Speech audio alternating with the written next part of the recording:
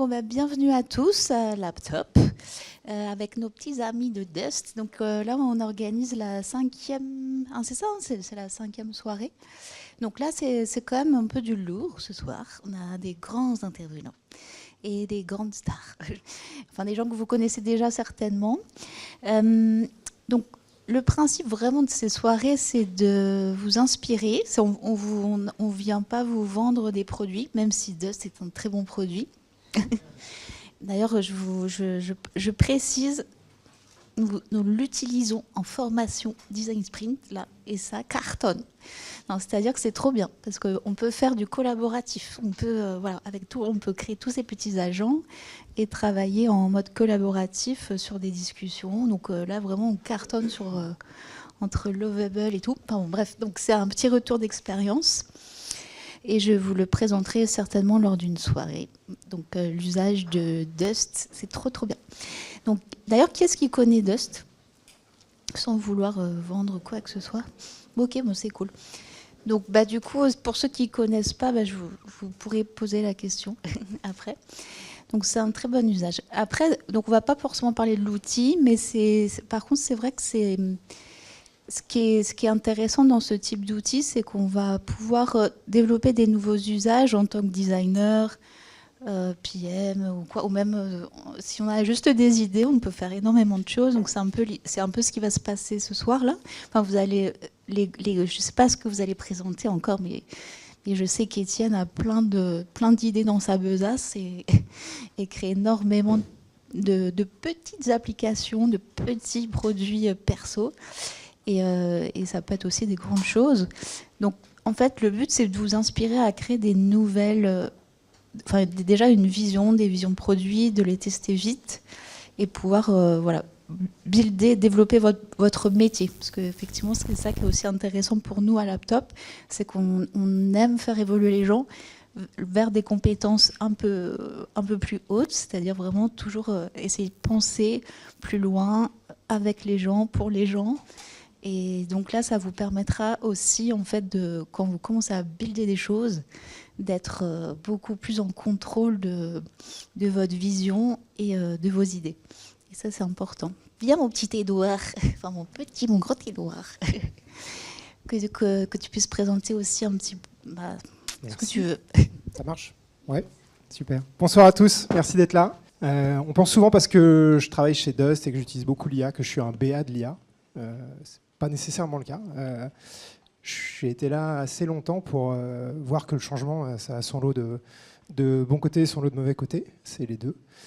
Et une des raisons pour lesquelles j'ai rejoint Dust à l'époque, c'est que je voulais avoir le nez dessus. Si un changement arrive, je préfère être aux premières loges et savoir ce qui se passe et pouvoir saisir les opportunités et comprendre tout ça. Et on essaye d'aider tout le monde à faire ça. Et une façon de faire ça, c'est de montrer plein d'exemples de ce que les gens font avec l'IA, de comment est-ce qu'ils saisissent leurs opportunités, etc. Voilà, j'espère que ça va vous ouvrir les chakras sur ce qu'on peut faire et comment saisir des opportunités. Et qu'est-ce qui est bien qui se profile à l'horizon. Voilà. Merci. Bonsoir, c'est impressionnant là tous ces gens. Alors j'en connais 2-3 là. Voilà. Donc je me présente, je m'appelle Étienne Mineur, je suis designer et directeur artistique. Et là dans cette petite présentation, je voulais vous montrer comment mon métier change depuis 5 ans en fait, avec ces nouveaux algorithmes d'apprentissage profond. Alors vous avez vu, je dis plus IA moi, puisque je suis prof.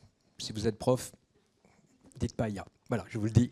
Les 18-19 ans, IA, c'est devenu une insulte en fait. Voilà, je vous le dis juste comme ça. Voilà, IA, c'est. Oui, j'en ai entendu un. Ouais, il est sous IA, c'est-à-dire sous coque. Alors lui, il est sous IA. Voilà, c'est assez drôle. Voilà. Donc là, les écoles où je suis, moi, par exemple à Aide, à Genève, on dit deep learning, machine learning, ou on dit algorithme. Voilà. On a arrêté de faire ça. Voilà. Petite parenthèse. Voilà. Donc là, c'est juste pour vous montrer là où j'ai été assez impressionné, moi. En 2021, vous voyez, j'ai pu garder quelques prompts que j'avais fait. Là, c'était, je crois, Disco Diffusion là, chez Google. Ça mettait, là, alors vous voyez, portrait d'une femme rousse. Moi, je l'aime bien, mais je ne sais pas si vous voyez une femme rousse. Voilà. Donc, j'étais le premier à rigoler. Hein, j'étais là, c'est bon, mes copains ingénieurs, vous rigolez. Voilà, c'est les copains qui m'avaient dit, tu veux regarder et tout. Voilà. Donc là, j'arrive là, je fais, écoutez les gars, j'ai vraiment dit rendez-vous dans 15 ans. Ça va arriver de toute façon, mais rendez-vous dans 15 ans. Bon, 6 mois plus tard, grâce à un ancien étudiant des Gobelins qui est très gentil, qui m'a envoyé une invitation, je me suis retrouvé sur Discord dans les alpha de mid-journée, là ça commence à faire ça. Je fais ah oui. Et puis juste un an plus tard, c'était cette dame là dans Crous. Et puis l'année suivante c'est elle. Puis après on l'a fait parler. On l'a fait en 3D, voilà. Et puis là, c'était hier, en 2 secondes. Là, c'est vraiment 2 secondes, hein, vraiment pof, voilà. Alors vous avez vu, ça fait des jolies filles et des jolis garçons. Hein. C'est beaucoup plus dur de faire des gens très banals, en fait. Hein, ça, c'est parce que bon, ça, je vous apprends rien. Tout est basé sur les algorithmes et les statistiques. Donc c'est super bien de faire par exemple, essayez de faire un vieil ornithorynque, vous allez voir, parce qu'il y a beaucoup moins de photos d'ornithorynques que de garçons de 20 ans, 30 ans, des choses comme ça. Donc ça, c'est une première chose, mais c'est quand même très impressionnant. Voilà. Donc ça change beaucoup le métier. Je ne sais pas s'il y en a qui sont photographes, des choses comme ça. Le métier est bouleversé. Voilà, il n'y a pas de comment dire, de questions là-dessus. L'été dernier, il y a avec Nano Banana, puis des algorithmes chinois aussi. Alors oui, petite parenthèse, a priori vous êtes au courant, mais c'est les Chinois qui gagnent, hein, ce n'est pas les Américains. Enfin moi, 95% des modèles que j'utilise sont chinois. 3D, vidéo, 100% chinois. Là, en ce moment, je suis sur ChatGPT Images qui cartonne très fort, là, le 2. Hein, je ne sais pas si vous avez fait, je joue avec. Voilà, je passe mon après-midi dessus. Vous voyez, j'ai plus de voix là. Dessus, il a fait fort en attendant un nouveau modèle qui va arriver. Mais les algorithmes chinois sont monstrueux, quoi. Voilà. Et beaucoup plus économes. Et puis souvent installé là-dessus. Voilà. Alors pas celui-là précisément, j'en ai un autre plus gros, voilà plutôt là-dessus. Ça c'est intéressant parce que c'est la première fois que des nouveaux algorithmes, là vous voyez j'ai écrit en français en plus, hein, parce que d'habitude il faut... Alors petit tips, hein, si vous utilisez les vidéos, écrivez en chinois. Non mais c'est vrai, c'est prouvé. Si vous écrivez en chinois, déjà vous gagnez du temps et surtout c'est plus précis. Alors moi mon ami c'est DeepL, hein, c'est qui traduit. Alors j'écris pas le chinois, mais honnêtement, je passe plus par l'anglais en ce moment pour les vidéos. Je passe par le chinois. J'écris en français, j'essaye d'exprimer le maximum ce que je veux et puis je traduis en chinois automatiquement. Voilà, c'est une petite chose comme ça. Donc ça c'est assez marrant quand même à voir. Par contre apprendre le chinois, enfin je sais pas vous, mais moi ça va être compliqué. Alors donc là par exemple, voilà, dessine-moi une femme habillée avec ça. Et là, c'est intéressant parce que là, je parlais de ChatGPT, ça c'était Nano Banana, mais là, c'est vraiment un bond l'année dernière. Alors, c'était au mois d'août, je crois, il est sorti, un Nano Banana pour le grand public. Puis, vous voyez, cette dame, je lui dis, bah, tu me la mets de profil, de dos et tout. Et moi, ce que j'ai vu dans les agences, c'est que là, ils passaient en mode production. C'est-à-dire que les IA étaient plutôt utilisées en mode brainstorming, là c'est ce qu'on a vu, développer des idées assez rapidement, des choses comme ça. Et là, ça y est, on est rentré, là, depuis 6 mois, on est en prod. Réellement en production. On fait du 4K, on peut même faire beaucoup plus haut. Donc là, c'est pareil, c'est un nouveau changement assez important. Pareil, ce qui est intéressant, là, c'est un croquis. Puis vous voyez, là, très vite, ça c'est Nano Banana aussi, hein, il y a presque 6 mois ou 8 mois. Il comprend vraiment ce que vous dites. Puis après, vous pouvez lui amuser. Ça, je ne vous apprends rien. Vous pouvez faire une petite vidéo de ce style. Et puis ça, par contre, ça, c'est vraiment intéressant. Moi, je m'éclate là-dedans, pour tout vous dire. Je suis plombier. C'est toutes les interfaces nodales. Ça, c'est des Wavy. Il y a Comfy avant, Comfy UI. Il y en a plein d'autres, hein, comme ça. Et moi, je vois les designers, surtout pas les illustrateurs, mais les designers, jeunes designers, c'est vraiment... En tout cas, je ne sais pas vous, mais c'est un système de mécanismes qui marche bien. Parce que là, moi, mon nouveau métier, je suis designer de flow, de workflow. C'est-à-dire que là, je vous montrerai ce que j'ai fait cet après-midi, c'est à partir d'une problématique, j'essaye de comprendre les différentes étapes d'un processus de création, et je dis, tiens, qu'est-ce qu'on peut mettre en algorithme ou pas ? C'est surtout ça, maintenant on me demande vraiment ou pas. Et là, par exemple, ça c'est ce que j'ai fait tout à l'heure pour tout vous dire. Celui-là, il est cool, je vais le présenter bientôt. Celui-là, il est vraiment bien. Là, par exemple, ça c'est un des générateurs de charte graphique automatique. Là, vous voyez mon petit personnage, là vous mettez votre photo, choisissez le style, voilà, ça me l'habille, je joue à la poupée, il me le fait en 3D, mais c'est tout automatisé. Alors je ne suis pas pour l'automatisation à fond, mais c'est pour faire des prototypes très vite. Là, c'est pour du jeu vidéo. Lui, celui-là, il est vraiment rigolo. J'ai défini plein de caractéristiques de grands réalisateurs. Et par exemple, Quentin Dupieux, ça marche. Vous voyez, c'est rigolo pour une IA chinoise. On connaît Quentin Dupieux.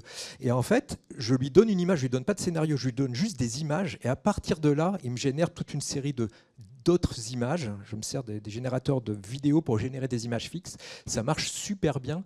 Et j'étais avec une monteuse là, cet après-midi. Alors, je peux lui dire, elle n'est pas là, elle a pleuré. Elle m'a dit, mais elle était vraiment en mode, vous savez, vous avez dû avoir ce vertige à un moment donné sur les IA. À un moment donné, vous faites waouh. Et elle a été, alors, de peur et de joie. Hein, elle a fait les deux. Elle était là, j'ai plus de métier, mais incroyable. Voilà, c'était vraiment. Voilà.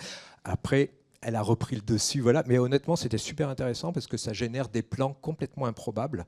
J'ai même fait un mauvais réalisateur qui cadre mal et tout, ça marchait super bien. Et donc, on essayait de forcer une IA de mal faire ces trucs sur des images improbables. Là, par exemple, vous voyez, c'était un dessin animé, mais après, on lui a mis des images de skateurs. Et en fait, ça a généré des choses super intéressantes, totalement improbables. Mais elle est vraiment monteuse. Donc, elle a eu le regard et dire, ce plan, il est bien, ce plan, il est là. Et après, elle a remonté avec ses outils classiques. C'est pour ça qu'elle a repris le dessus après, mais c'était super intéressant à voir.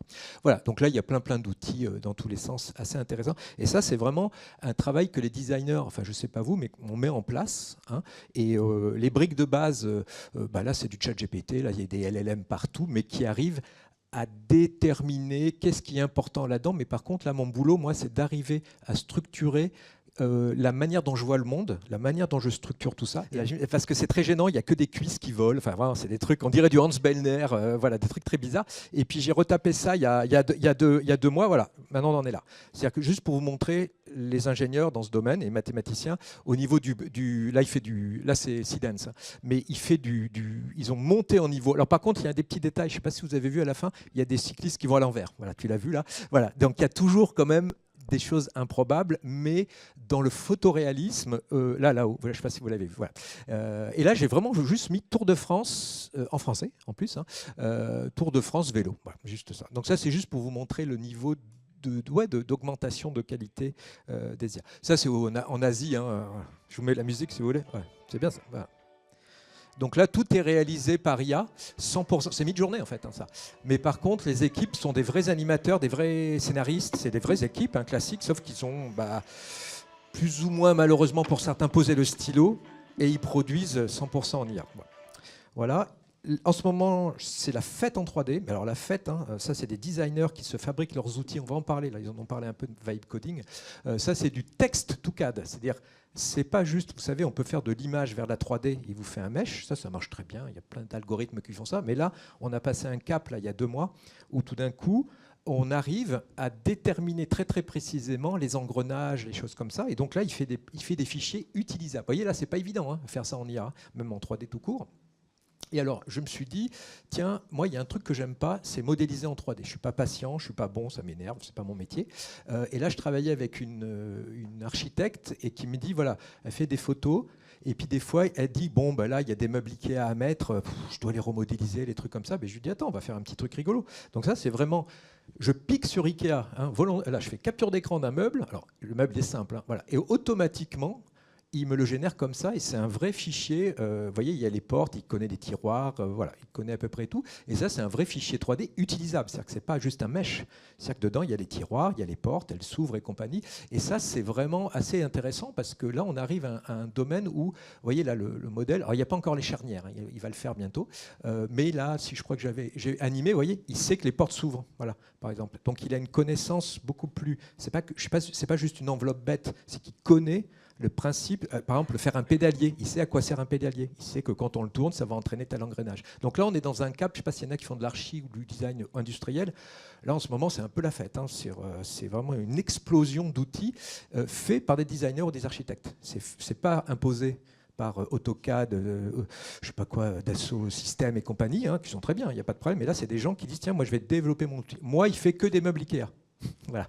Il a été fait pour ça. Voilà. Pour tout vous dire, en vrai, dès qu'il y a des courbes, c'est un peu plus compliqué pour lui. Voilà.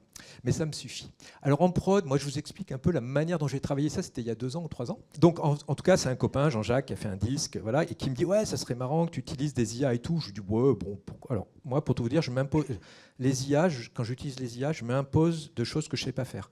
C'est-à-dire, si je peux le faire de manière classique, je le fais en classique, hein, vous voyez, Illustrator, InDesign et tout, ça marche très bien, il n'y a pas de souci. Mais dès que je dois aller dans une zone où je ne suis pas à l'aise et tout, là, la 3D, par exemple, je dis, bon, je vais voir si je peux me faire aider par l'IA. Et ça, vous voyez, ce que j'ai fait, c'est que j'ai généré, avec toute une histoire de poissons qui se mangent eux-mêmes, beaucoup d'images par IA, je les ai imprimées, je les ai collées, déchirées, collées, voilà, fait avec la main. Donc moi, je crois beaucoup à l'hybridation des deux. Voilà, je trouve que c'est intéressant. Et après, j'ai refait mon métier de graphiste. Pardon. Excusez-moi. Et là, j'ai refait ça. Voilà. Mais là, vous voyez, la mise en page et tout, la mise en scène est faite par Photoshop, là, et Étienne Mineur quand même. Et par contre, les matières premières sont générées par IA. Voilà. Donc ça, j'aime bien avoir le mix des deux. Ça, c'est un truc que j'apprécie au niveau de ces algorithmes. Ça, pareil, c'est pour un CD, pas un vinyle malheureusement, mais un CD. Et là, ce que vous voyez, tout est refait à la main. Mais par contre, quand je dis à la main, c'est par Illustrator. C'est un truc, il y avait 24 musiciens. Chaque musicien a ses propres trames. Donc il y avait un truc assez compliqué. Je me suis servi des IA pour faire des propositions très vite, parce que ça, c'est long à faire. En fait, si vous le faites vraiment bien, c'est vraiment long. Sachant que peut-être les musiciens, ils vont pas aimer. Ils étaient 27, donc voilà. Je dis, wow. Alors heureusement, il y avait une sorte de chef, c'est celui qui payait, donc le producteur, voilà. Voilà. Mais quand même, donc j'ai fait beaucoup de propositions, malheureusement que j'ai pas gardé là. Et après, quand ça a été choisi, j'ai pris une journée de ma vie et j'ai tout refait en traditionnel. Mais voilà. Et là, comme ça, je contrôlais tout, la typo, tout ce qu'il fallait. Mais là, l'IA, c'était la phase, c'était il y a 2 ans, ça me servait plutôt de mood board, de réflexion. Puis pareil, vous vous dites. Faire ce truc, vous voyez, si vous le faites en traditionnel, ça va me prendre l'après-midi. Là, ça vous prend réellement 5 minutes. Alors, je ne suis pas là pour être speed à fond, mais ça vous permet de vous tromper très vite. C'est ça que j'aime bien. Vous dites, c'est pas grave. Là, vous allez voir, j'ai fait des typos en collier de nouilles, enfin voilà, n'importe quoi. Mais alors, c'est pas grave. C'est 3 minutes. Donc, et des fois, ça marche. Voilà, c'est ça qui est intéressant. Enfin, moi, je trouve. Voilà. Donc après, là, il y a le CD. Alors après, voilà. Il n'y a pas d'épileptique. C'est bon?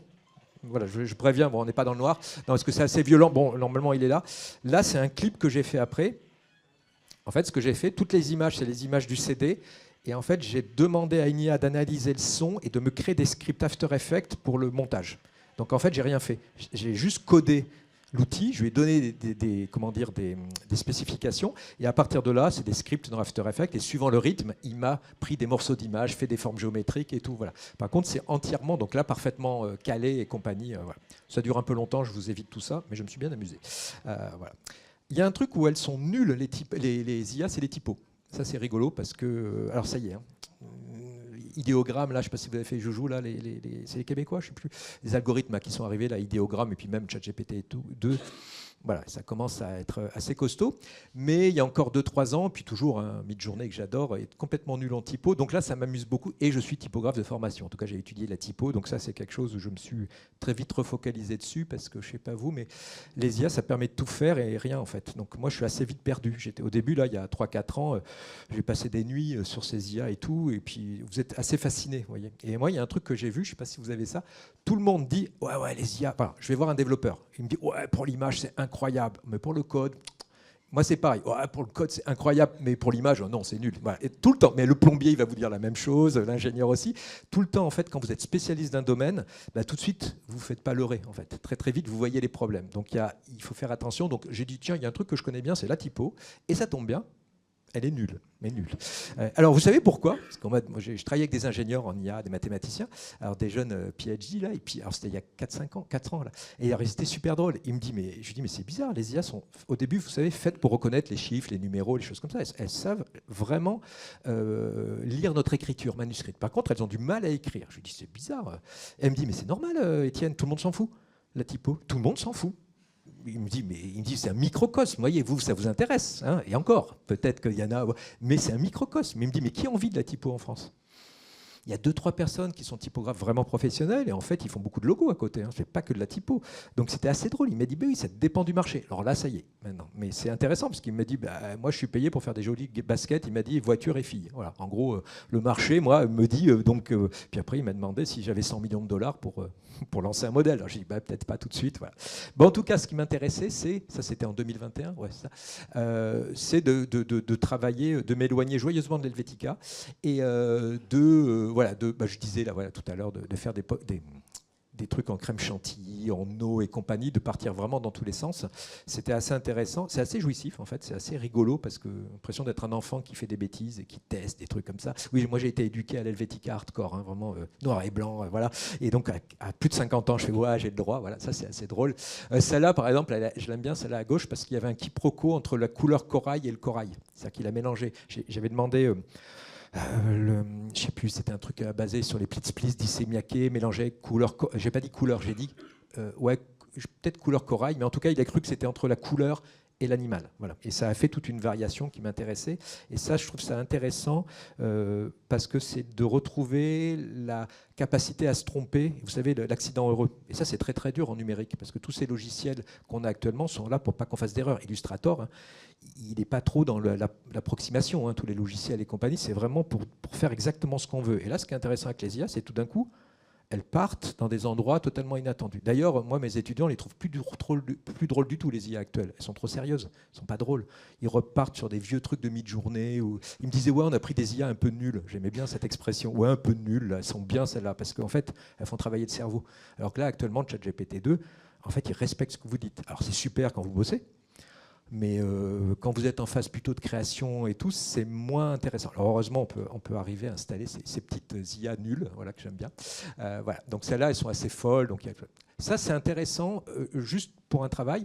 Sabrina Calvo, c'est une super autrice, je vous conseille, de science-fiction, de fantasy incroyable, avec les éditeurs de la Volte. Je fais souvent des pochettes de bouquins pour eux. Et Sabrina, elle me connaît bien, et elle me dit, je t'impose de travailler uniquement à la main. Et tout comme ça. J'ai dit, bon, c'est pas un truc que je fais d'habitude. Je fais, bon, bah, ok, allons-y gaiement. Et puis, à un moment donné, je propose des pochettes. Il y avait toute une histoire de jardin, un truc comme ça. Puis elle me dit, ouais, c'est bien, mais c'est un peu décoratif. Alors, je lui ai dit, si tu veux, avec ton autorisation, j'utilise une IA, parce qu'elle ne voulait pas au début. Puis, je lui ai dit, tiens, on va voir. Et à un moment donné, il y a cette silhouette qui est apparue. Et en fait, on a fait waouh, tous les deux. En fait, ça correspondait exactement au premier texte qu'elle avait écrit.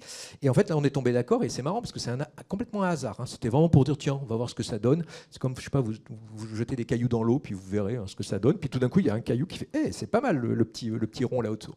Et alors après, il y a du travail de recadrage et tout. Mais en fait, cette pochette, elle est marrante parce qu'elle est totalement hybride. Voilà. À la base, elle n'était pas du tout IA. Et en fait, on était un peu bloqué. Et cette silhouette un peu, non binaire, parce que c'était ça l'idée. Elle est apparue comme ça et elle était assez marrante. Après, j'ai fait toute une police de caractère qu'ils ont utilisée à partir de l'univers de Sabrina, de trucs un peu mous et genre une sorte de tube de dentifrice.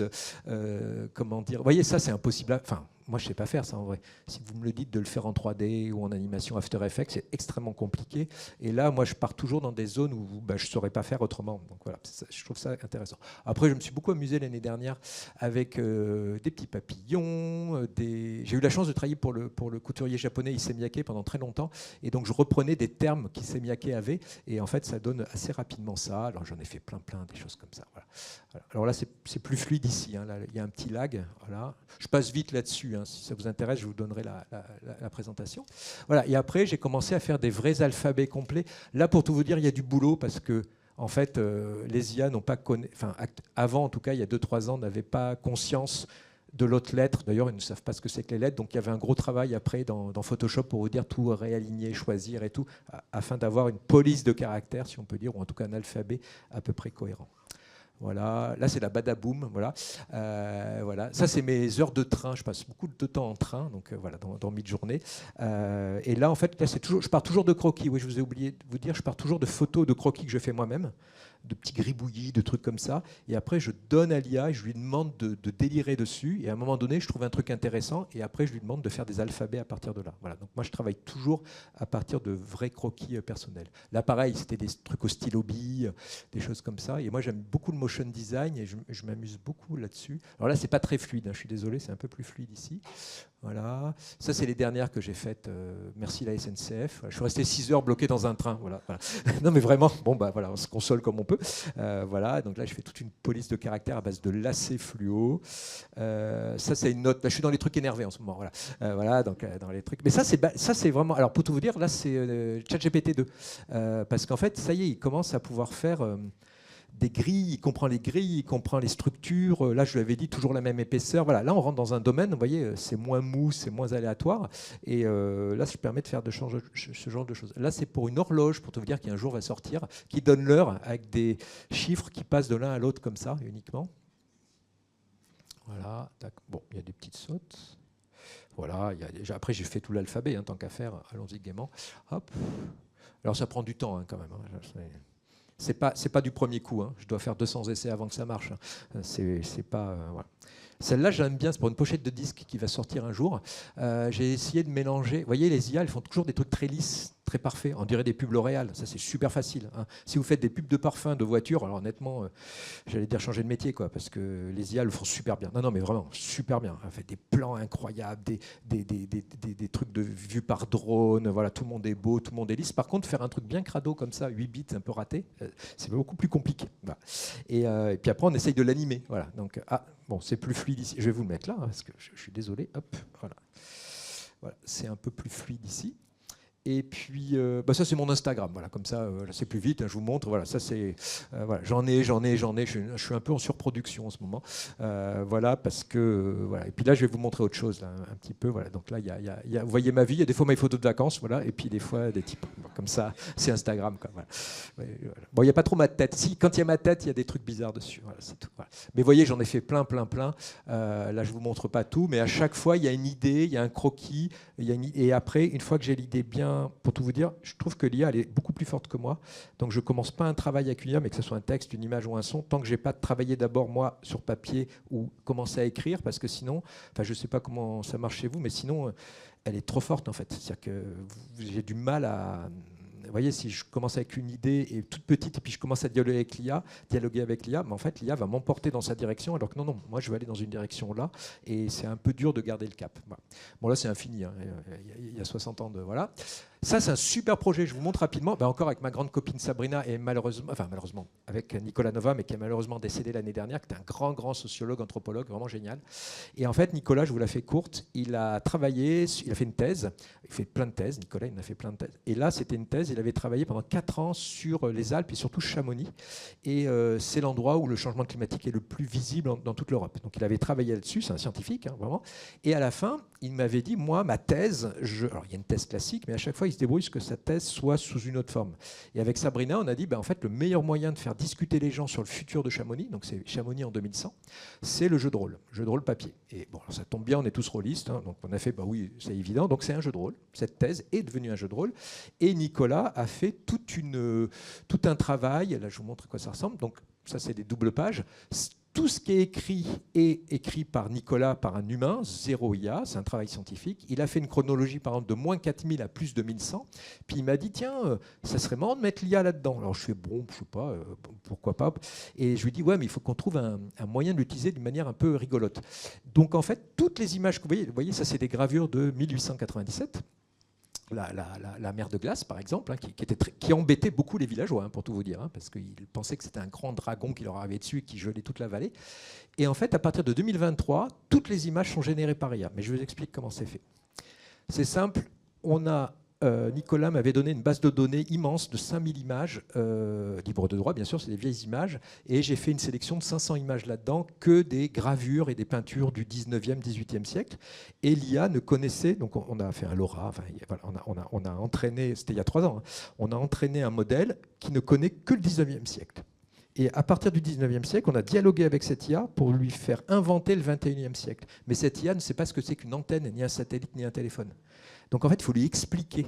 Et donc en fait, c'était super intéressant de dialoguer. C'est comme si vous dialoguiez avec votre arrière-arrière-arrière-grand-père et vous lui expliquez que vous voulez installer des satellites en haut de je sais pas quoi, du pont de machin. Il dit, mais c'est quoi un satellite? Vous voyez, c'est des questions. Et ça, c'était super intéressant. Et après, moi, c'est un mélange de pliage, de choses faites à la main et de choses générées par IA.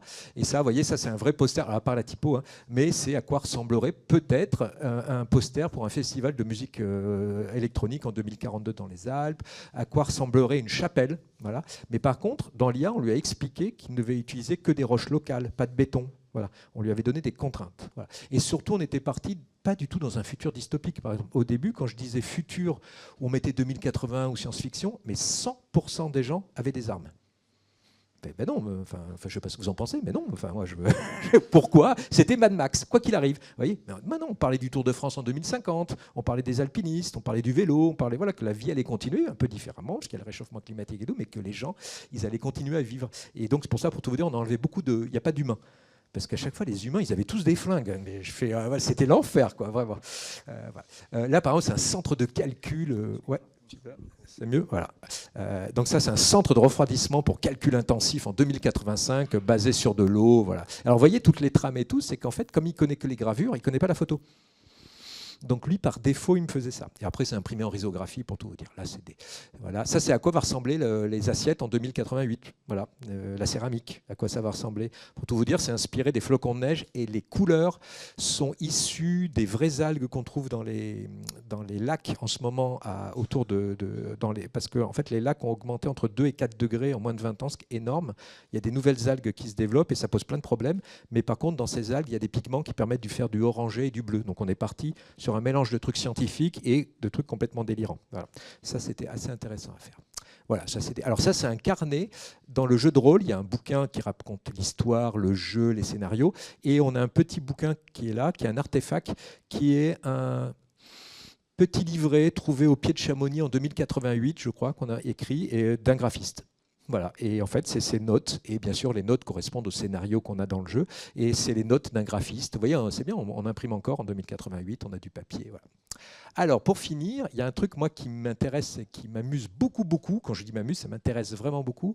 C'est que, personnellement, c'est vraiment 2021 où j'ai fait, vous savez, avec ma femme rousse, là, je fais, wow, c'est bizarre ça. Voilà, et maintenant, c'est le vibe coding. Vraiment, le vibe coding, donc c'est le fait de coder sans savoir vraiment coder. C'est comme dessiner sans savoir vraiment dessiner. Et depuis, moi c'est plutôt cet été, l'année dernière, et puis c'est surtout depuis 6 mois là, je suis bien dedans. Alors attention, moi je suis un vieux qui a commencé à coder vraiment, j'ai fait du Minitel, hein, donc il y a très longtemps, du CD-ROM, la totale, donc j'ai fait du Director, du Flash, la totale, du HyperCard, je ne sais pas pour les plus vieux si vous connaissez, du Commodore 64, la totale, mais j'ai toujours travaillé avec des ingénieurs et des développeurs, mais je ne suis pas développeur. Je connais un peu, c'est juste cette petite nuance, parce que j'ai vu avec des étudiants qui ne connaissaient pas du tout, c'est beaucoup compliqué, c'est très compliqué quand vous n'avez aucune base. Donc je connais quand même les contraintes et les bases, et puis là, en fait, ce qui se passe, c'est que je développe mes outils. Donc là, c'est mon... Je crois que j'ai développé, alors je disais 40 et j'ai compté, c'est 52 depuis Noël, j'ai développé 52 outils, j'en garde que 4, hein. Mais c'est pas grave. C'est ce que je disais tout à l'heure là un peu, c'est pas grave, c'est rapide, c'est du logiciel jetable, c'est pas très grave si je me plante. Alors je vais vous montrer ce que j'ai gardé quand même. Voilà, vous voyez, j'ai fait un mode, j'ai remplacé InDesign, voilà, là j'ai fait un truc de jeu de cartes, là j'ai fait un truc de réalité augmentée, là j'ai fait un gros truc pour un photographe professionnel, un système pour cataloguer et indexer ses propres photos, fait par des IA. Voilà, donc plein de choses comme ça. Et là, par exemple, vous voyez, moi, je travaille beaucoup avec du After Effects, Motion Design. Bon, c'est libre, c'est gratuit, il n'y a pas de problème. Hein, allez-y joyeusement. C'est-à-dire que j'utilise l'IA pour coder, mais pas après pour générer des images. Ça, c'est des outils de génération. Je crois qu'il y en a 400 outils que j'ai développés, enfin outils, algorithmes de génération algorithmique d'images animées. Voilà. Et donc là, voilà, parce que je l'ai fait pour moi, puis j'ai dit, bon, allez, que tout le monde en profite.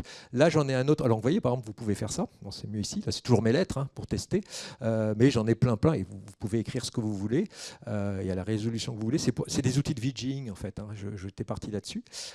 Voilà. Là, c'est un autre outil qui est plutôt cool. C'est Tissage Studio. C'est pour faire des pochettes de disques et c'était aussi pour faire de la sérigraphie et ça permet de vous mettre une image. Je crois que j'ai un petit truc rigolo. Ouais. Voilà, ce pauvre petit lapin. Voilà. Vous mettez votre photo, n'importe quoi, ça génère automatiquement des trames, mais vectorielles. C'est ça qui est intéressant. C'est en vecteur. Alors ça marche mieux en noir et blanc, pour tout vous dire. Le vecteur en couleur, c'est un peu plus compliqué. Et là, vous en avez autant que vous voulez. Puis bien sûr, quand vous cliquez sur un, vous avez plein de paramètres dans tous les sens. Désolé, ça va un peu vite. Je sais pas, je clique sur celui-là, voilà. Et là, vous avez pas mal de paramètres qui permettent de changer ça. Donc là, moi, je m'en sers pour faire des pochettes de bouquins, de disques et des choses comme ça. Parce qu'à un moment donné, je me suis dit, je vais peut-être arrêter d'acheter des plugins et des trucs comme ça. Et surtout que là, je fais vraiment la mienne. Je connais vraiment la manière dont c'est fait. Donc ça, c'est une chose. Ça, voilà. Après, bien sûr, ces animations, vous pouvez les animer. Voilà. Donc ça, vous pouvez faire ce que vous voulez après avec ça. Alors ça, c'est aussi marrant. Vous avez vu, j'aime bien les systèmes nodal. Je me suis fabriqué mon agence. Je suis tout seul.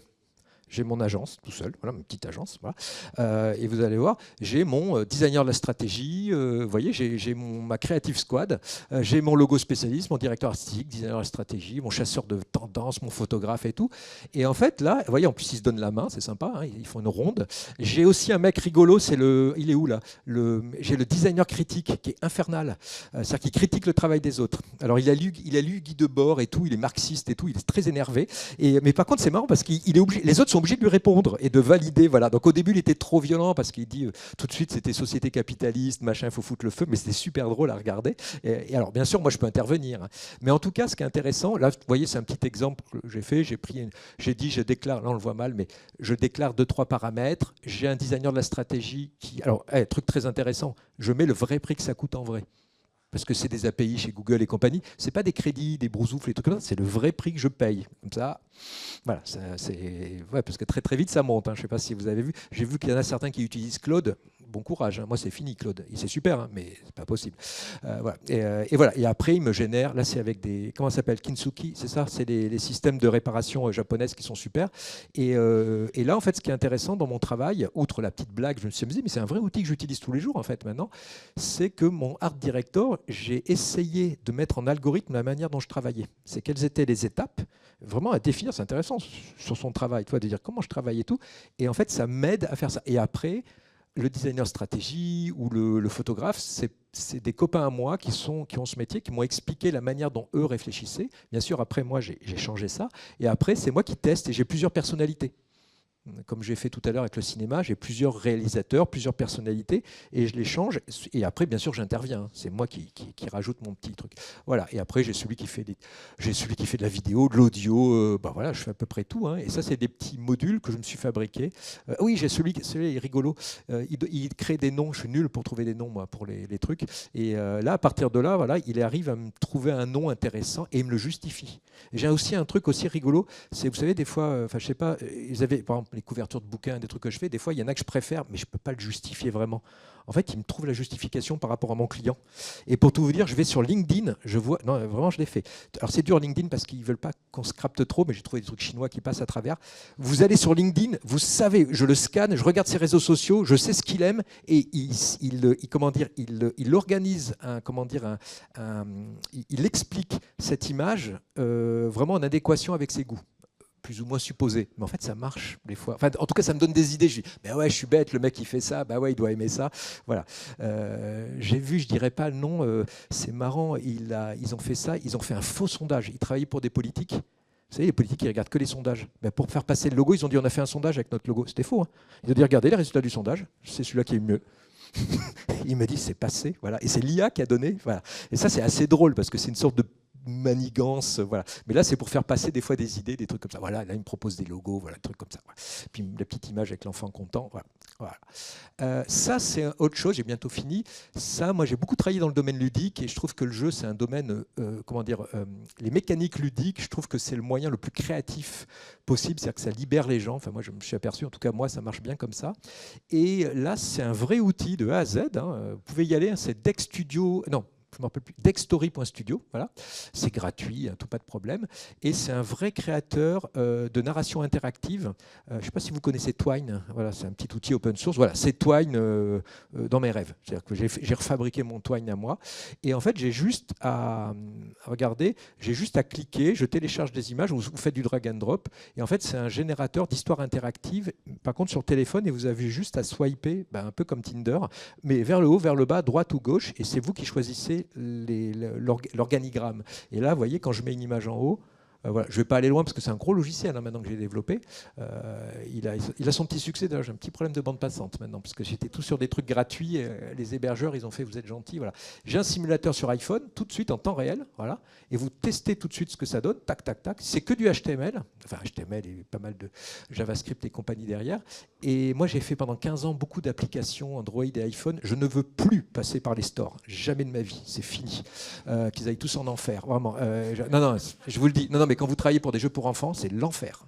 Vous êtes contrôlé, vous êtes tout le temps, ils vous enlèvent votre application sans vous dire pourquoi. Voilà. Donc là, l'application, une fois qu'elle est faite, il génère un QR code, vous le scannez, vous pouvez jouer avec. Je vous le dis, voilà, ça passe directement en HTML, c'est une web app, voilà, c'est vraiment truc. Donc vous voyez là, je suis énervé, mais c'était vraiment ça. Je dis, je ne veux pas passer par les stores. Comment je fais ? Voilà, je me replonge joyeusement là-dedans. Et vous voyez, là, c'est un système qui permet, juste en slidant, là, je vais là, puis si je slide à gauche, là, vous voyez, gauche-droite, automatiquement. Et en fait, c'est un système de narration super simple à utiliser. Et là, il y a je sais plus, j'ai pas vu, mais il y a 3 semaines, il y avait déjà 3000 personnes 3000 personnes qui avaient joué à ma démo, et j'avais 200 scénarios, dont des bons scénarios porno. Voilà, parce que c'est privé. Hein, mais moi, je vous préviens, je peux voir ce que vous faites. Voilà. Ouais, mais c'est un bon signe. Quand les mecs commencent à faire ça, c'est dit c'est que voilà, assez drôle d'ailleurs. Voilà. Excuse-moi, Étienne. Ouais. On a un peu débordé sur le timing. Ok, c'est fini. Voilà. Okay. Je finis là. Voilà. Oui, parce que si je vous parle de ça, voilà, pas de souci. Là, juste pour ChatGPT 2, on est passé une nouvelle étape, honnêtement, vraiment qui est vraiment très importante quand même.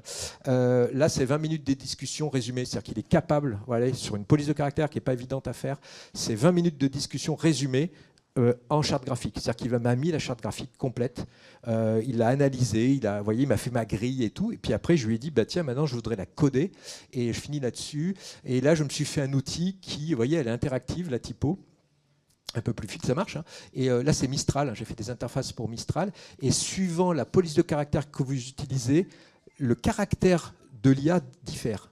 Celle-là, c'est la ludique. Elle croit que tout est un jeu. J'en ai une dépressive, j'en ai une super chiante qui parle que de compta, j'en ai une qui hurle tout le temps, c'est la death metal, machin. Voilà. Et c'est donc, suivant la police de caractère que vous voulez utiliser. Et donc là, je me suis amusé. Ça marche, hein, ça c'est vraiment un capture d'écran. Voilà. Et alors là, ce qui est intéressant, vous voyez, quand je dis ça marche, j'ai pas du tout pour frimer. Je vous le montre parce que je suis content. J'ai fait ça hier soir en regardant un match de foot. J'aime pas le foot, mais il y avait le foot à côté. Voilà. Je me suis dit, s'il y a un truc qui est vraiment nul en ce moment, on a les plus grands cerveaux de la Terre qui nous font des modèles mathématiques incroyables. Ça se finit par un écran avec une petite barre et vous dites, est-ce que tu veux parler avec moi? Je fais, c'est bon, essayons de trouver un truc. Et ça, c'est Mistral. Et en fait, les formes, là c'est en vrai live, hein, j'ai fait ce matin. Vous voyez, je suis très énervé. Et en fait, les formes, les bulles, là, changent de forme suivant l'humeur dans laquelle vous êtes. Il détecte. Et bien sûr, il vous répond, voilà, ce qui t'énerve en gros, déchire la forme. Voilà. Et ça, c'est une vraie discussion avec Mistral. Et en live, hein, là, c'est vraiment live. Alors, vous voyez, c'est pas encore très fluide un petit peu, mais ça marche sur téléphone. Aussi, la couleur change, parce que je lui dis j'étais triste, les couleurs changent. Et en fait, mon idée, là, on va voir ce que ça donne, hein, parce que j'ai fait ça hier soir. Donc, voilà. Je vous le dis, c'est juste pour faire une vraie interface de Mistral ou n'importe lequel, un modèle. Mais Mistral, c'est cool parce que c'est pas cher, il écrit bien français, mais qui soit, qui ait sa propre humeur et qui change d'humeur réellement et qui la montre. Comme là, si je suis énervé, je vous le montre. Voilà. Et après, j'ai plein d'animations, de trucs comme ça qui peuvent être assez amusantes là-dedans. Et juste un petit truc, si ça c'est bien, j'attrape, regardez, je crois que je le fais là, j'attrape la bubule là. Vous voyez, regardez là, je l'attrape et quand je le jette à droite, voyez, là je fais ça, pouf, ça veut dire que ça m'intéresse. Là, voilà, il va rebondir sur il n'est pas. Mais en gros, quand je le jette à droite, il y a la petite bulle qui reste et qui dit ça m'intéresse. Et quand je le jette à gauche, ça veut dire que ça ne m'intéresse pas. Et donc petit à petit, j'affine la discussion comme ça. Vous voyez, juste vraiment comme ça. Voilà, je finis là-dessus. Mais c'était juste vous montrer, vous voyez, c'est une idée que j'ai eue hier après-midi. Et en fait, c'est ça qui est intéressant, je trouve, au niveau du design. Ça, c'est compliqué à faire, en fait, techniquement, pour que ça soit fluide sur un téléphone. Hein. Ça marche aussi sur téléphone. En fait, très vite, j'ai eu l'idée, et puis je verrai bien. Vous voyez, ma discussion, là, voilà, bon sang, c'est quoi, charabia. Oui, je lui ai dit d'être un peu agressif, en plus, hein, parce que plus je suis agressif, plus elle est agressive. Voilà, je finis là-dessus. Merci. Bon, ça, c'était mes... Voilà.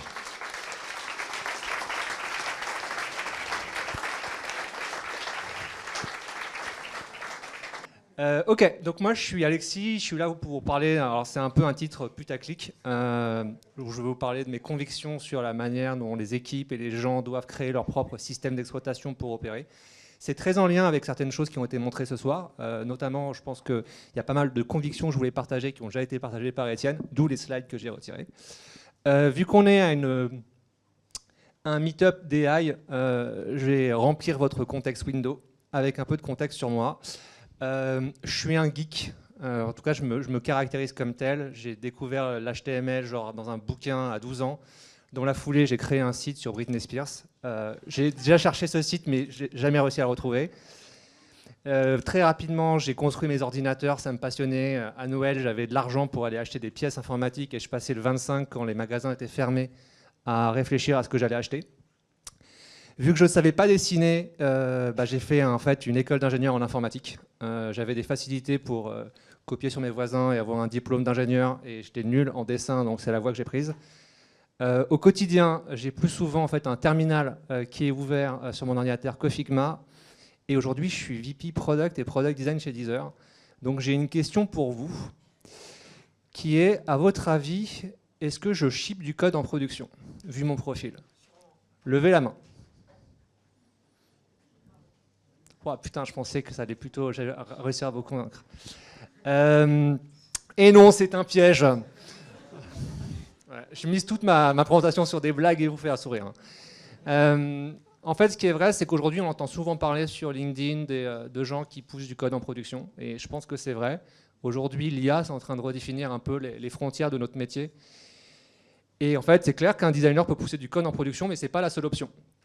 Donc maintenant, j'ai une question pour vous. C'est qui dans la salle pousse du code en production? Ok, cool. Pour tous les autres, c'est pas grave. Et je pense qu'en fait, aujourd'hui, clairement, l'IA redéfinit notre métier, les frontières, elles bougent. Et en fait, il y a une phrase que je dis souvent à l'entretien, c'est qu'il y a autant de façons d'être designer que de designer. Et c'est fine. Et en fait, c'est à vous en fait, d'utiliser l'IA pour créer votre propre métier. Parce que c'est clair que le métier genre standardisé de l'IA tel qu'on nous l'a vendu ces dernières années, avec tout un process de discovery, du Figma, etc., il est en train de bouger, qu'on le veuille ou non. Certains d'entre nous en fait, pousseront du code en production et c'est top, et d'autres feront autre chose.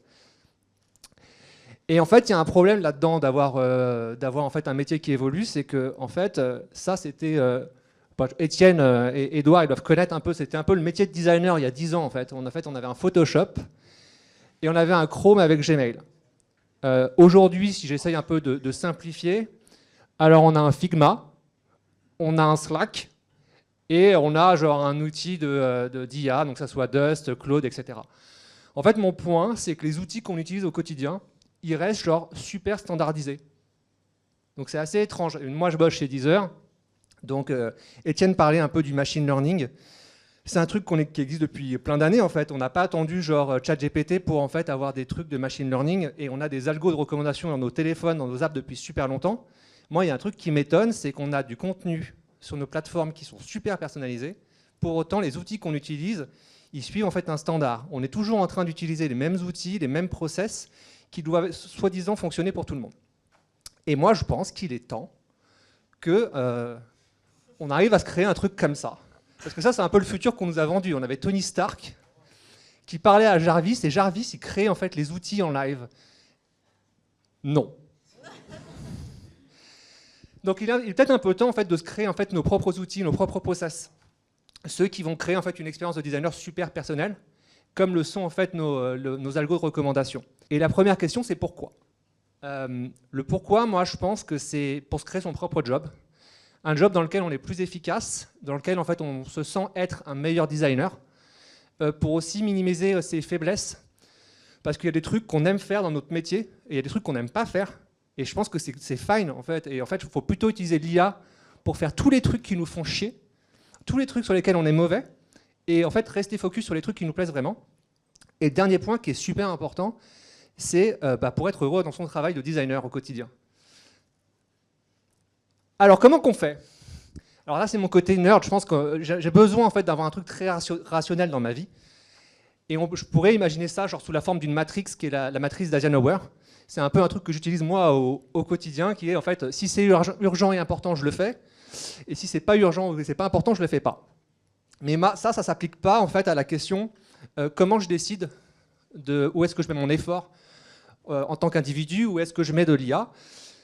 Quand Ed m'a demandé de venir parler aujourd'hui, la question c'est montre-nous des trucs que tu as fait.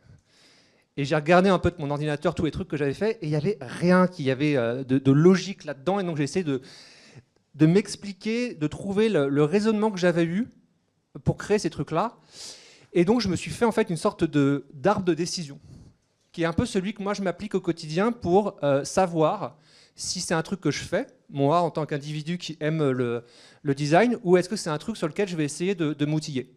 Donc en gros, quand j'ai un truc que je dois faire dans mon boulot chez Deezer, je me pose des questions. Je me dis, est-ce que c'est attendu de mon rôle?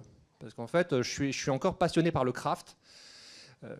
Non, ma femme n'est pas arrivée, mais en fait, elle pourrait en parler. En fait, je passe mes week-ends sur GitHub ou des trucs comme ça. Donc la première question, c'est est-ce que c'est attendu dans mon rôle? La deuxième, c'est est-ce que je suis bon là-dedans? La troisième, c'est est-ce que j'apprécie le faire? Et est-ce que ça va créer de la valeur? Et en fait, en fonction de ces questions et des réponses que je vais trouver, en fait, ça va me dire, ça va me donner un indice sur le fait que est-ce que je dois continuer à le faire manuellement parce que je kiffe, ou est-ce que je dois essayer de m'en débarrasser le plus vite possible? Et c'est un peu le process que j'ai mis en place.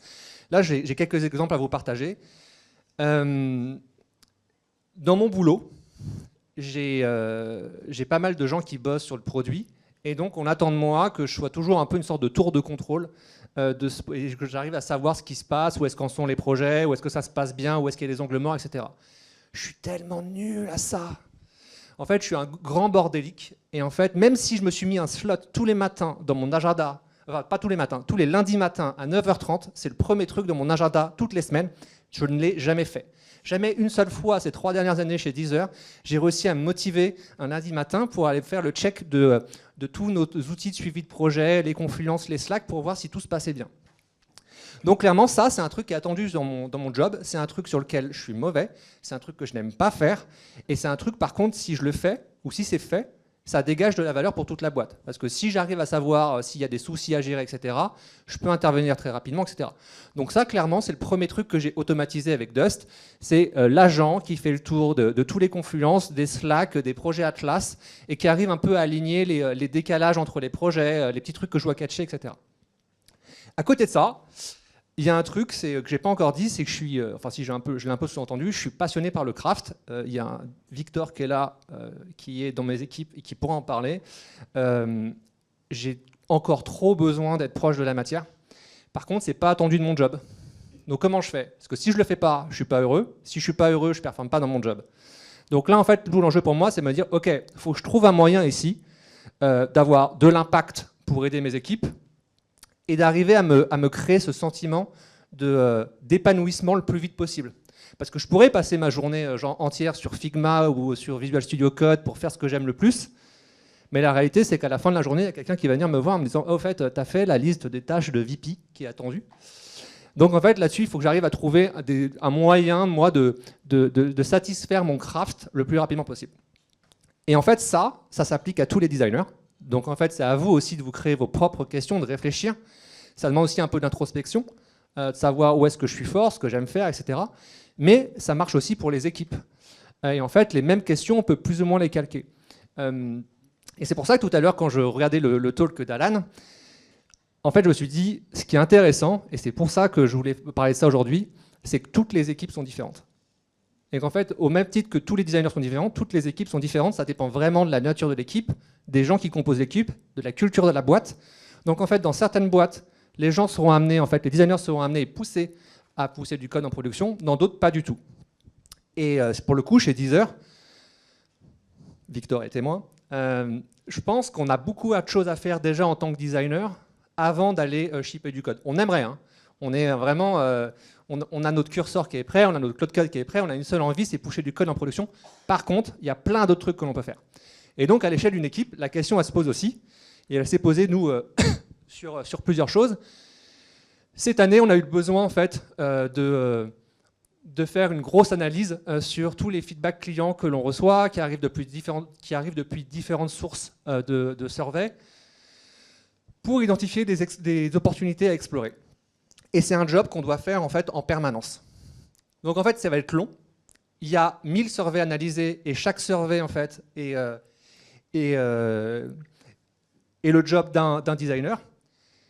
Et en fait, je ne vais pas lui demander aux designers, surtout qu'ils n'aiment pas faire ça, de faire ce boulot-là tous les mois.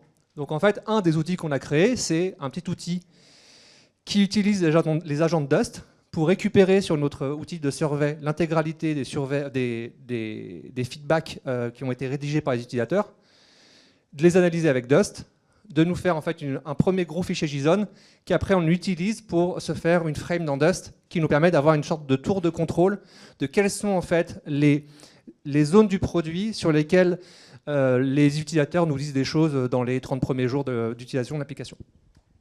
L'autre truc, c'est quand je suis arrivé chez Deezer, on n'avait pas d'UX Writer, on n'en a toujours pas.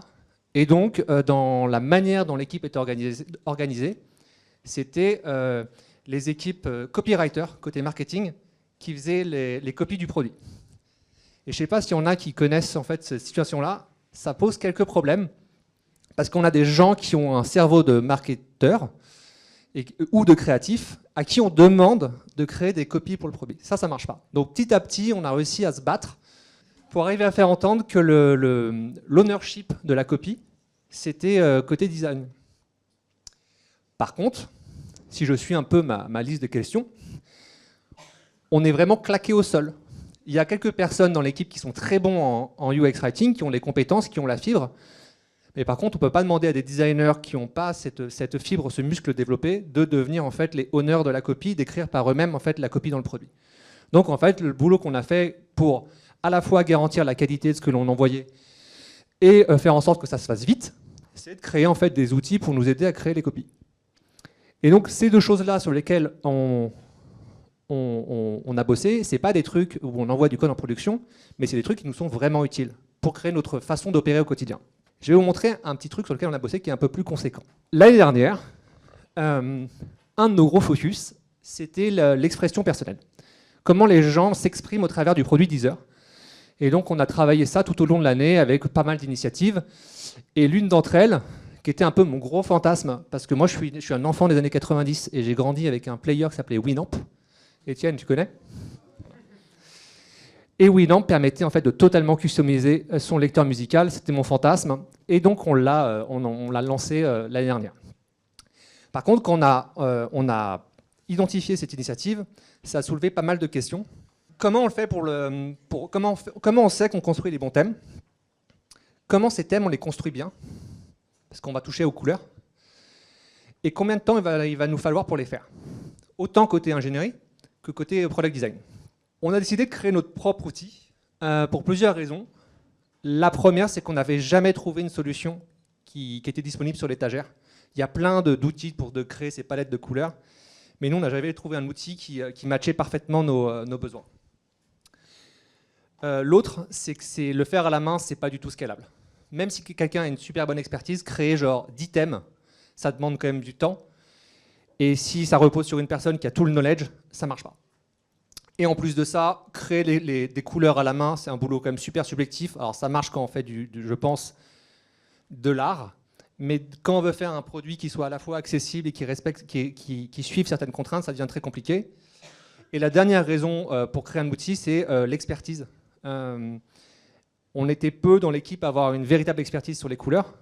Et donc ça demande quand même une expertise. On ne s'invente pas expert de la couleur, surtout pour un color system, comme ça, juste en ayant lu un article sur Medium. Il faut quand même un peu bûcher, il faut être un bon nerd de la couleur pour aller dessus. Et il y avait une autre raison, Victor, c'est qu'on avait un syndrome post-traumatique du rebranding, où en 2023, on avait dû faire l'exercice genre à la vitesse de l'éclair, sans avoir d'outils, sans savoir ce qu'on faisait. C'était vraiment le même du chien qui tape sur le clavier, là, je ne sais pas ce que je suis en train de faire. Et on ne voulait pas reproduire ça. Et à l'époque, la personne qui était en charge chez nous du design system était genre en refus d'obstacle. Genre non, je ne veux pas me reconfronter à ce problème. Donc on a décidé de créer un outil. Et en fait, en appliquant la même logique de question, pourquoi c'est important pour nous de nous outiller niveau de l'équipe, c'est qu'en fait, on ne pouvait pas continuer à avoir un outil qui repose sur une seule personne. Et donc cette responsabilité, sachant qu'on est une petite équipe de designers, elle devait être partagée. Et surtout, il y a tellement de choses à faire quand on est une petite équipe dans un produit comme Deezer, qu'en fait, on ne pouvait pas perdre notre temps à passer des heures à inventer des thèmes. Et on était totalement à l'aise à se dire qu'avec 80% du résultat, on vivrait très bien. Et à un moment, de mon côté, j'avais aussi moi un raisonnement qui était « Ok, je suis VP, c'est pas mon rôle. Par contre, je pense que j'étais celui qui avait la plus grande expertise sur les couleurs. » Donc j'avais deux choix. Soit je me dis « Ah, le projet, il me botte tellement que c'est moi qui vais inventer tous les thèmes de l'application. » Soit je réfléchis à comment je peux empower, désolé pour l'anglicisme, l'équipe pour arriver à créer leur thème. Donc c'est un peu pour cette raison qu'on a créé l'outil. On ne s'est pas jeté direct à faire de la... Si, on a commencé par un POC, je vous mens, on a commencé par un POC, mais très rapidement, quand on a testé que ça pouvait marcher, en fait, on a été les PM de notre propre bouffe, et en fait, on a écrit un PRD qui est vraiment détaillé tout ce qu'on voulait faire dans le produit, et au lieu d'essayer de définir quel était le bon algorithme de création d'une palette, parce qu'en fait, on ne savait pas, on a plutôt défini et essayé d'identifier quels étaient nos besoins. C'est ça qu'on a vraiment précisé dans ce document. Et c'est ce document-là qui a alimenté le modèle pour créer l'outil.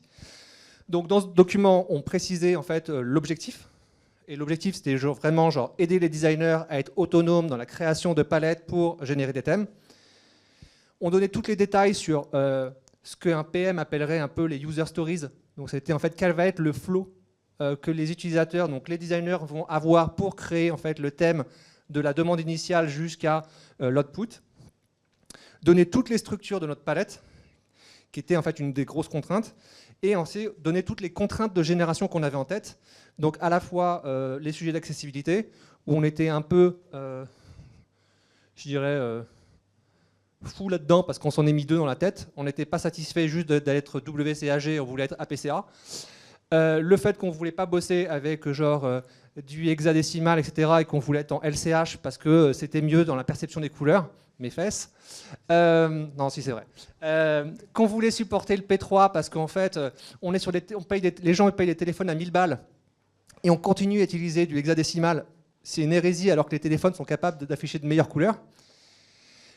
Et aussi le fait qu'on voulait pouvoir avoir de sémantique, etc., et que ça suive en fait notre mapping du design system.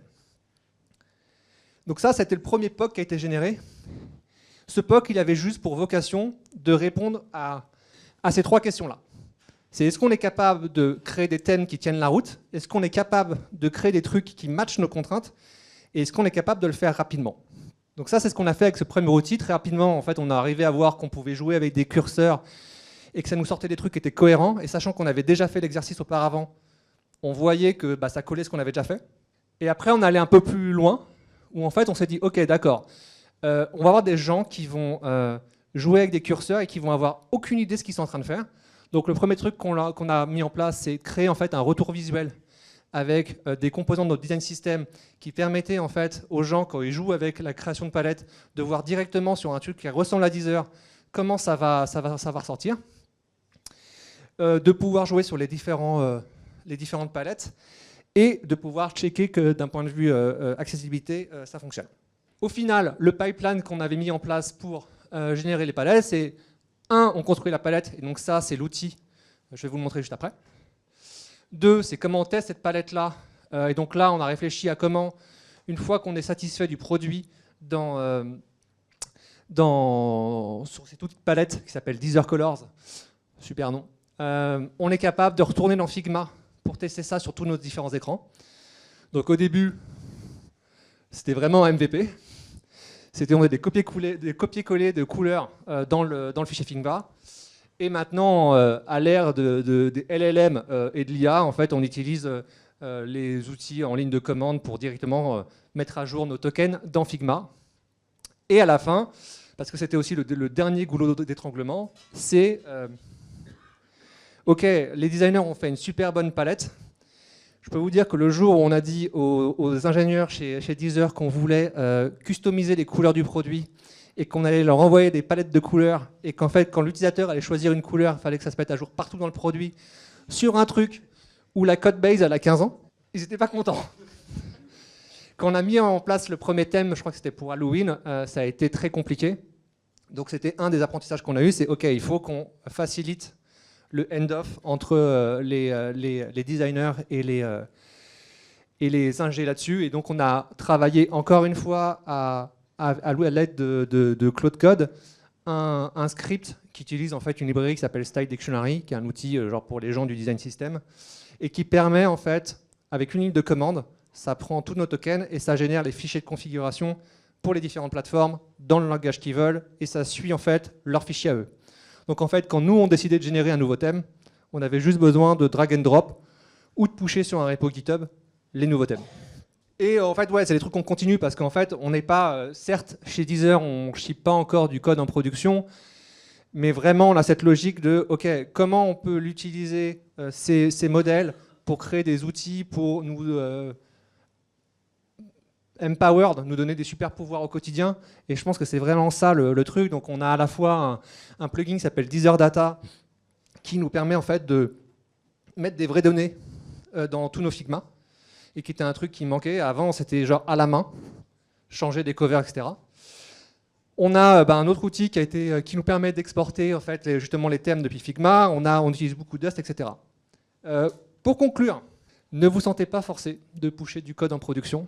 Je pense que cette journée vers l'intelligence artificielle, c'est un truc de super personnel. N'essayez pas de copier LinkedIn et pas de FOMO à avoir si vous avez pas, vous êtes en retard sur ChatGPT, etc. C'est pas grave. J'avais un bon copain qui me disait que les gens qui ont vraiment le temps d'être à jour sur l'IA, soit ils ont une boîte d'IA, soit ils n'ont pas de boulot à côté. Deuxième point, c'est toutes les boîtes sont différentes. Donc, au lieu de juste copier-coller un truc que vous avez vu, faites votre introspection, posez-vous des questions et créez en priorité des trucs qui répondent à vos besoins à vous. Et le dernier point, même si Victor en est le contre-exemple, c'est trouver la bonne balance entre la curiosité et être un chien fou.